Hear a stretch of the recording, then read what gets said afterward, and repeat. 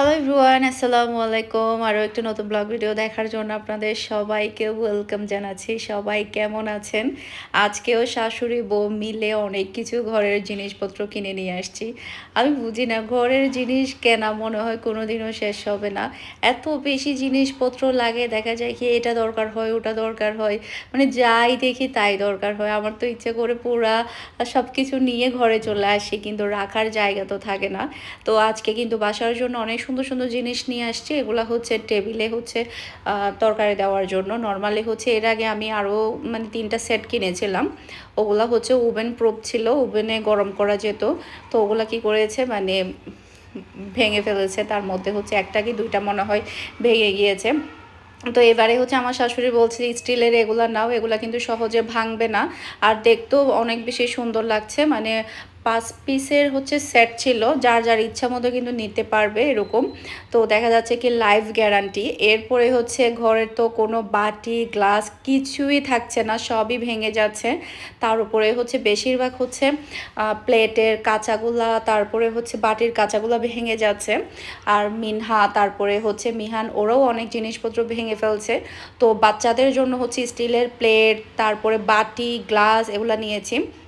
কারণ যেহেতু আসলে ছোট বাচ্চা আছে, যার কারণে কোনোভাবে কোনো কিছুই আসলে রাখা যাচ্ছে না। দেখা যাচ্ছে কি মানে আমার ১২টা বাটি নিয়েছি রেগুলার ইউজের জন্য, তার মধ্যে থেকে ৪টা বাটি আমার ভেঙে ফেলেছে। চিন্তা করে দেখেন, ৪টা বাটি অলরেডি আমার ২ মাসের মধ্যে ভেঙে গিয়েছে। তার উপরে মধ্যে তো গ্লাস আছে বা অন্যান্য বাটি আছে, প্লেট তো আছেই। ভাতের প্লেটও হেল্পিং হ্যান্ড প্রায় ৩টাই ভেঙে ফেলেছে, মানে হাত থেকে পড়ে মানে কি যেন ভেঙে ফেলেছে। আজকে তো মানে ভাতের প্লেট থেকে শুরু করে বাটি থেকে শুরু করে অনেক কিছুই নিয়েছি, সাথে বাচ্চাদের জন্য স্টিলের জিনিসগুলো নিয়েছি। আর রেগুলার যেহেতু টেবিলে মানে অনেক আইটেমের তরকারি থাকে, এর জন্য হচ্ছে আমি দামি থেকে সেট নিয়েছিলাম। ওগুলো যেহেতু ভেঙে ফেলেছে, ওভেন প্রুফের ছিল, তো সেজন্য এবারে হচ্ছে স্টিলেরগুলো দেখতেও ভালো লাগছিল, আর হচ্ছে সহজেও ভাঙবে না। এরপরে একটা কিচেনের জন্য একটা পাপোশ নিয়েছি। আই হাই, তুমি এটা কি করছো? তোমার দাদুর যত সব ফেলে দিছো?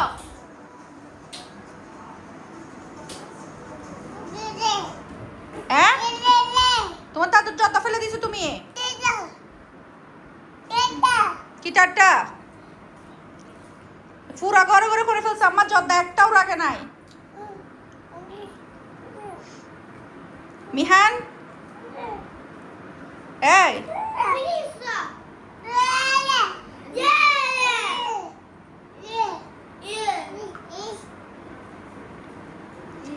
কিছু কিছু রাখছো এখানে? কিছু রাখছো?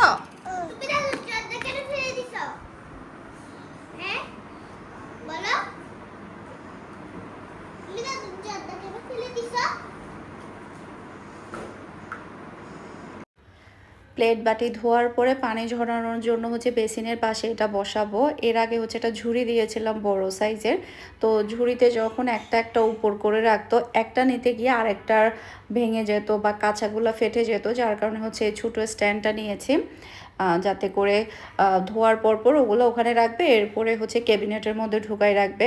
তো রেগুলার ইউজের জন্য এখানে আমি ২ ডিজাইনের হচ্ছে প্লেট নিয়েছি। একটা নিয়েছি হচ্ছে নর্মালের মধ্যে, আরেকটা হচ্ছে সিরামিক্সের মধ্যে নিয়েছি। এরপরে দেখেন নুডলস বাটি কিন্তু আমি আজকে আবারও সেম টু সেম নিয়েছি, যেহেতু আমার অনেকগুলো ৪টা অলরেডি ভেঙে গিয়েছে। এখানে হচ্ছে আমি কাপও নিয়েছি, কাপও আমার ভেঙে গিয়েছে। এত জিনিস আসলে ভাঙে।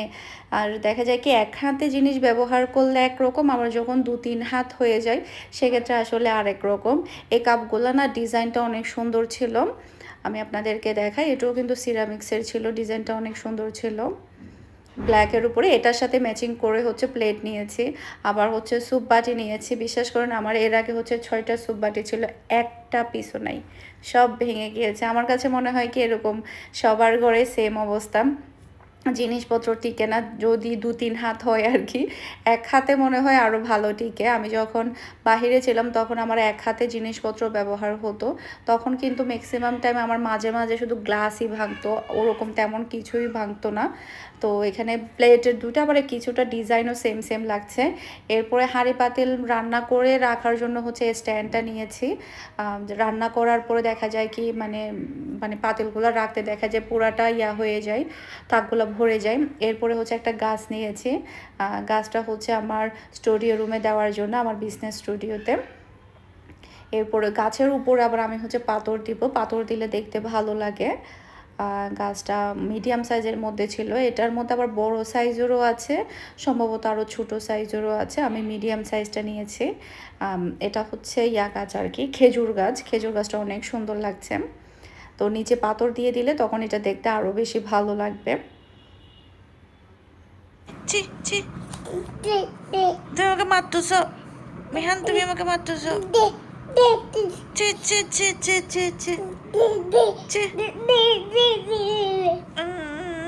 কান্না করবো, মিহান আমাকে মারতেছে, মিহান আমাকে মারতেছে, মিহান আমাকে মারতেছে। একটু ডান্স করো তো আব্বু, আব্বু একটু ডান্স করো তো, আব্বু ডান্স করতে পারো? ও বল্লে বল্লে, ও বল্লে বল্লে, মিহান ডান্স করতে পারে, বল্লে বল্লে। সন্ধ্যার পরে আমরা সবাই মিলে রেস্টুরেন্টে যাচ্ছি। আজকে আমরা সবাই মিলে বাহিরে খাবার খাবো।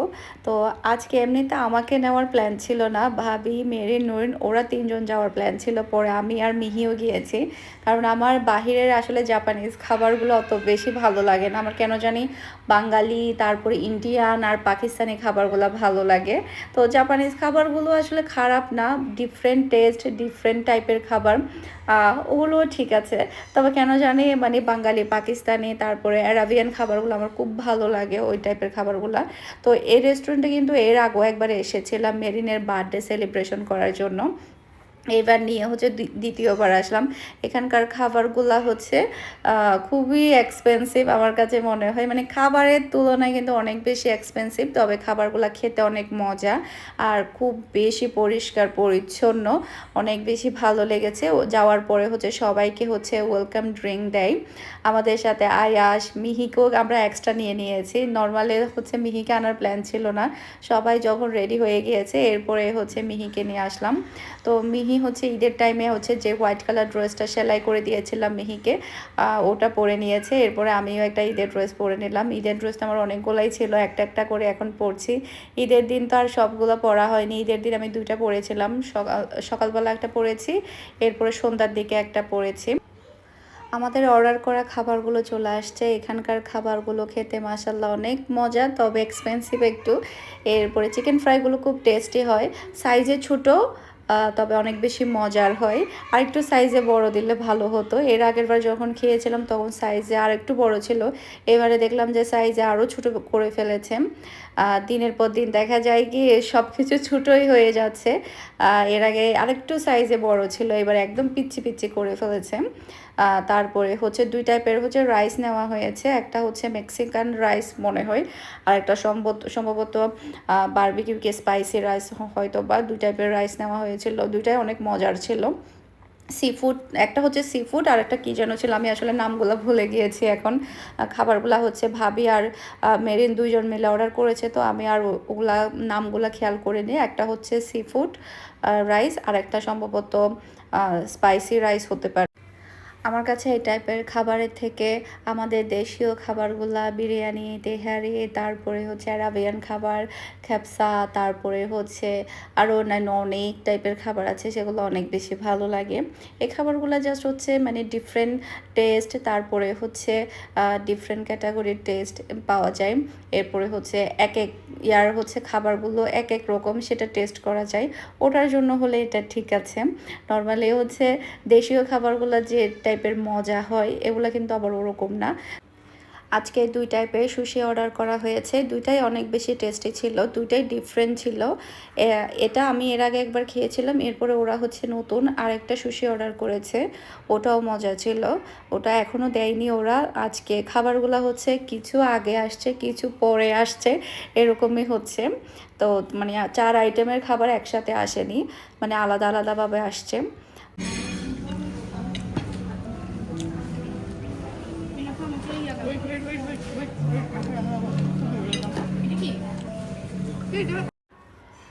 সবাই মিলে যখন একসাথে ঘোরা হয়, একসাথে যখন খাবার-দাবার হয় তখন কিন্তু অনেক বেশি ভালো লাগে। দেখা যায় কি সবসময় তো আর বের হওয়া যায় না। একেকজনের একেক তাড়া থাকে কিংবা একেকজনের একেক প্রবলেম থাকে। আর আজকে কিন্তু আমার আসার কোনো প্ল্যান ছিল না। হয়তোবা আমার রিজিক ছিল সে কারণে আমিও চলে এসেছি। তো রিজিকটা আসলে এরকমই হয়। আমি কিন্তু রিজিকে অনেক বেশি বিশ্বাসী।